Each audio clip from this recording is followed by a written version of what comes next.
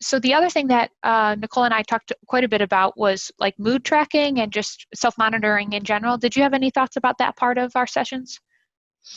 Yeah, it sounded like it was really helpful for her, and that it really helped her make the connection, that her sort of narrative about what was happening in her life could be really impacted by her mood. I think one of the examples she gave was like if she goes on a date and it kind of doesn't go anywhere, she might have one narrative about it if her mood is generally positive and stable, and a really different narrative about it if her mood was low. And I think that's true for many people. And it can be, subtle, or it can be really drastic, like how much our minds change how we see things. And so I liked that she made that connection. I thought that was great. And she had a kind of a solution to help her notice when her mood was kind of shifting, the tracking of, I think, alcohol, exercise, and sleep. So that seemed like it was a pretty good strategy for her, although sometimes it can be hard to be consistent with it. But it seemed like that was one tool that she was using to kind of stay on track with that. And then I think the other thing that she brought up was around, knowing that if she's in a certain feeling, that it could just be a feeling in response to something, not necessarily a mood shift. And so in those cases, it's more about, maybe not all these self-care habits, but more just about attending to that particular feeling and not saying, this is who I am now, or this is how it is now. Yeah. I like your language there.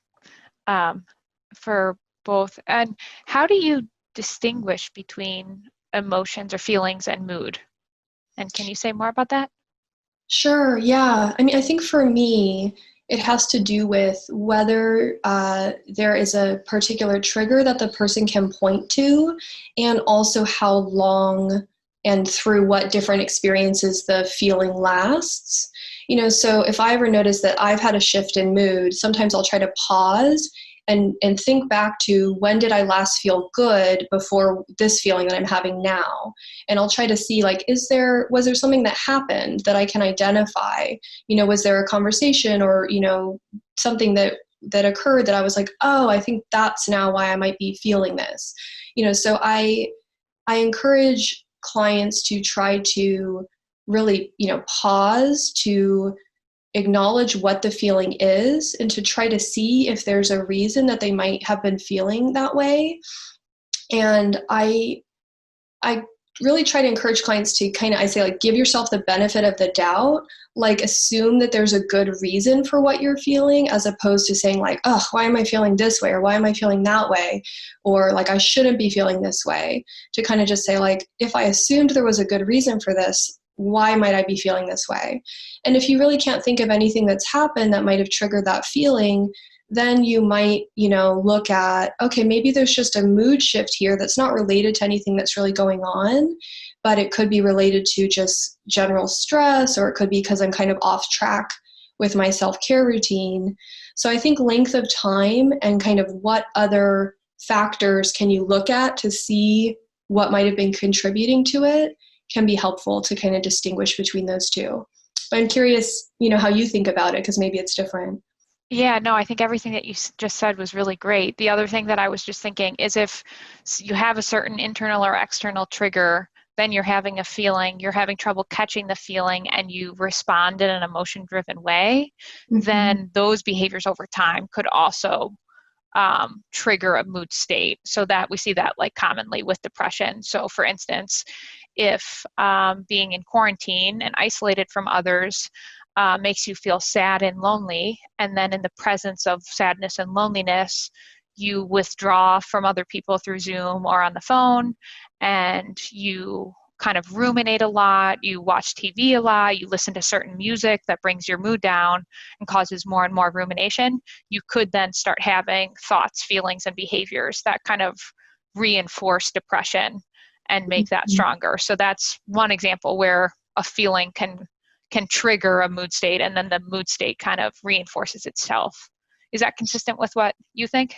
Yeah, that's a great point. I don't think I've put it together in that way, but that's actually really helpful framing of just how if you're not responding to it in a way that feels helpful or compassionate or effective, it can kind of segue into that mood state. And that can last much longer than just the original feeling that you were having. Yeah, and then that brings us back to why compassion towards our feelings is such a good strategy. Because if while you're experiencing suffering, you have a compassionate response, you look towards it with curiosity, and then you get curious about what your needs are. So Mm-hmm. loneliness can be a cue that you need to connect. So rather than a less mindful response that might be rumination and withdrawal, if in the presence of loneliness you think, um, this is a moment of suffering. It's really painful for me to be experiencing this. Is there someone I can connect with that would reduce this feeling? That kind of effective strategy might prevent the feeling from becoming a mood. Yeah, that's such a great point. Like the compassion and the slowing down allows you to really recognize like what the specific feeling is, and then you can choose a coping response that actually fits that feeling and attends to that feeling. And I think when people don't slow down, or they kind of try to maybe rush to try to feel better without really thinking about what it is that they're feeling, sometimes they can choose a coping response that just kind of doesn't quite fit with what they're feeling, and then it kind of triggers a whole cycle of shame. So like some people will talk to me about maybe binge eating, or watching TV all day or something like that, as a response to feeling lonely or feeling upset. And we always talk about how there's nothing inherently wrong with, treating yourself to some cookies or watching a show you enjoy. But if it's not actually fitting the feeling like of loneliness, then you're still going to feel lonely, and you've kind of missed an opportunity to really attend to that feeling in a compassionate way. So it's like maybe you call a friend and maybe you also get a treat, but you have to call the friend because that's what fits that feeling. That's a great example. Thank you so much for that. In awareness of our time, is anything else coming to mind for you? No, I just really appreciate, getting to consult with you about it, and Nicole's willingness to, do a couple of the sessions on the podcast. And it was really great to just hear your interaction and how she's making use of therapy. And I wish her the best in her continued work. Thank you so much. Thank you for being here and for the consultation.